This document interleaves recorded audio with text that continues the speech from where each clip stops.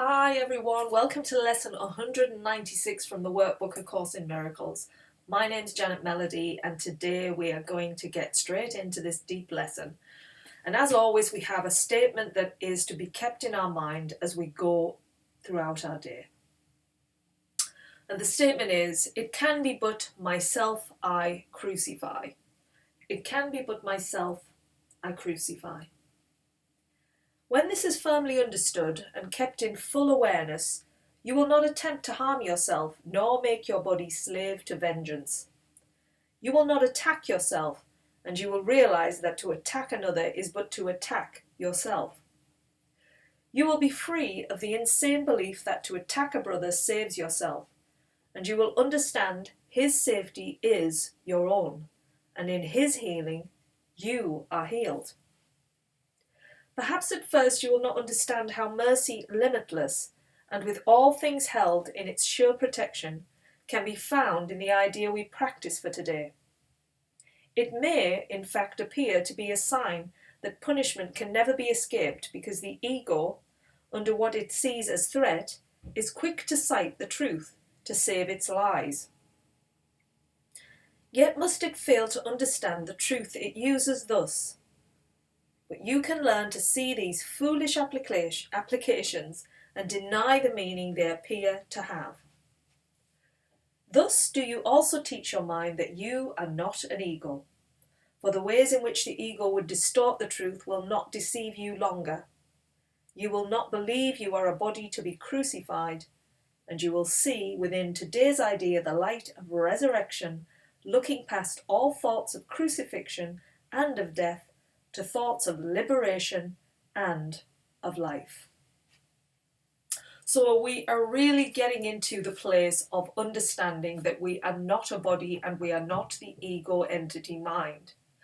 When we think like that, we are separate and we stay in a separate little cell fighting to stay, to keep the illusion going to a point that it is always in conflict with a source surrounding it that it attacks, and everything around it is you as well. So that is why if we start attacking others, we're basically attacking ourselves, not realizing because we're locked in the illusion of a body and a separate entity mind. So until we release those from the source, it's the only way we can connect back. Today's idea is one step we take in leading us from bondage to the state of perfect freedom. Let us take this step today that we may quickly go the way salvation shows us, taking every step in its appointed sequence as the mind relinquishes its burdens one by one. It is not time we need for this, it is but willingness. For what would seem to need 1,000 years can easily be done in just one instant by the grace of God. The dreary, hopeless thought that you can make attacks on others and escape yourself has nailed you to the cross. Perhaps it seemed to be salvation, yet it merely stood for the belief the fear of God is real. And what is that but hell? Who could believe his Father is his deadly enemy, separate from him, and waiting to destroy his life and blot him from the universe without the fear of hell upon his heart? Such is the form of madness you believe if you accept the fearful thought you can attack another and be free yourself. Until this form is changed, there is no hope. Until you see that this at least must be entirely impossible, how could there be escape? The fear of God is real to anyone who thinks this thought is true, and he will not perceive its foolishness, or even see that it is there so that it would be possible to question it. To question it at all, its form must first be changed at least as much as will permit fear of retaliation to abate, and the responsibility returned to some extent to you. From there you can at least consider if you want to go along with this painful path until this shift has been accomplished, and you cannot perceive that it is but your thoughts that bring you fear, and your deliverance depends on you. So yes, we have a job to do, and we have the willingness and the faith to come to that place of letting go of illusions. Once we get to that place of letting the illusions go, and that we are not going to die, because it's that fear of death that if anything is coming close to the place of taking away your body and your mind, it's like that source is evil because something's going to destroy me, people are destroying me. The mind's always in a place of attack a lot of the time. It's always finding things wrong in the world, and it's trying to achieve things to look better than others. It's just this constant drive and separate journey. Everybody's journey is, this is my journey, I'm going to live my life like this, And really we're all part of this one universal force, which is forever, it doesn't disappear. But as we live in this world in a separate form, we think it's finite. We think time and age and all of these things that we've created with the mind are going to take us away from our true source. And really what it's doing is it's just relinquishing the ego, it's relinquishing the body, and it's getting you back to who you really are. So we're looking to release ourselves from the bondage of the ego, which is constantly internally, like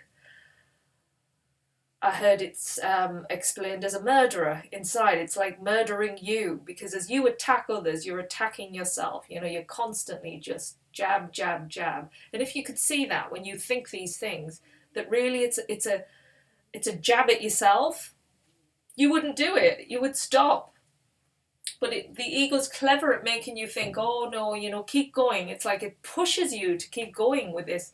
It pushes you in all these different ways until you let it go. You have the choice to let it go. So that is our aim today, letting go of this ego processing mind. So our next steps will be easy if you take this one today. From there we go ahead quite rapidly. For once you understand it is impossible that you be hurt except by your own thoughts, the fear of God must disappear. You cannot then believe that fear is caused without. And God, whom you had thought to banish, can be welcomed back within the holy mind he never left. Salvation's song can certainly be heard in the idea we practice for today. It can be but you crucify. You did not hurt the world and not fear its vengeance and pursuit. Nor need you hide in terror from the deadly fear of God. Protection hides behind. The thing you dread the most is your salvation. You are strong, and it is strength you want, and you are free and glad of freedom. You have sought to be both weak and bound because you feared your strength and freedom. Yet salvation lies in them. There is an instant in which terror seems to grip your mind so wholly that escape appears quite hopeless. When you realize once and for all that it is you fear, the mind perceives itself as split. And this has been concealed while you believe attack could be directed outward and returned from outside to within. It seemed to be an enemy outside you had to fear, and thus a god outside yourself became your mortal enemy, the source of fear. Now for an instant is a murderer perceived within you, eager for your death, intent on plotting punishment for you until the time when it can kill at last. Yet in this instant is the time as well in which salvation comes, for fear of God has disappeared, and you can call on him to save you from illusions by his love, calling him Father and yourself his Son. Pray that the instant may be soon, today. Step back from fear and make advance to love. There is no thought of God that does not go with you to help you reach that instant, and to go beyond it quickly, surely, and forever. When the fear of God is gone, there are no obstacles that still remain between you and the holy peace of God. How kind and merciful is the idea we practice. Give it welcome as you should, for it is your release. It is indeed but you, your mind, can truly crucify. Yet your redemption too will come from you. So our lesson is, it can be but myself I crucify. So each time you're having those thoughts of grievances, whatever it is, turn it around and forgive. Forgive yourself, forgive whoever it is you're thinking about, just let it go. This is this constant theme, letting it go, letting your mind not run the show, Don't let it pull you into those places that are not true. You're love. You'll always be that. Doesn't matter what the mind keeps telling you, what it keeps creating outside of you, what beliefs it has, because the world can change so quickly with just a perception, a different point of view, and you can see everything differently. When you realize something about somebody, say, they've been acting a certain way, and you've been attacking them, and suddenly you realize they had, something like Tourette's, something, they weren't actually attacking you, and it was just a compulsion they couldn't stop. Your perception changes then. You see it as, it's not about me, it's about them, and that's what this is all about. It's about everybody else trying to get to that place of freedom. We need to get to that place ourselves, extend it to others, they feel it within themselves, they extend it to others. It's that knock-on effect, like dominoes. We're extending from within first. We've got to forgive the mind that keeps creating and let go of it, seeing ourselves as the love energy that we are. That will then bring this whole external illusion back to the one true source. Just bring in the love and light which is there within you. So remember today, when you're attacking anything, you're attacking yourself. So the answer to your pain is within yourself. It's not out there to be solved, it's in here to be solved. So it can be but myself I crucify. Think about this in the morning, again in the evening, and just let those, whatever's coming up, go. This is your journey, your job, you can do it, and the more you do, the more you and the world will be released. So enjoy your practice today, have fun with it, and get away from those pesky thoughts. Take care. See you soon.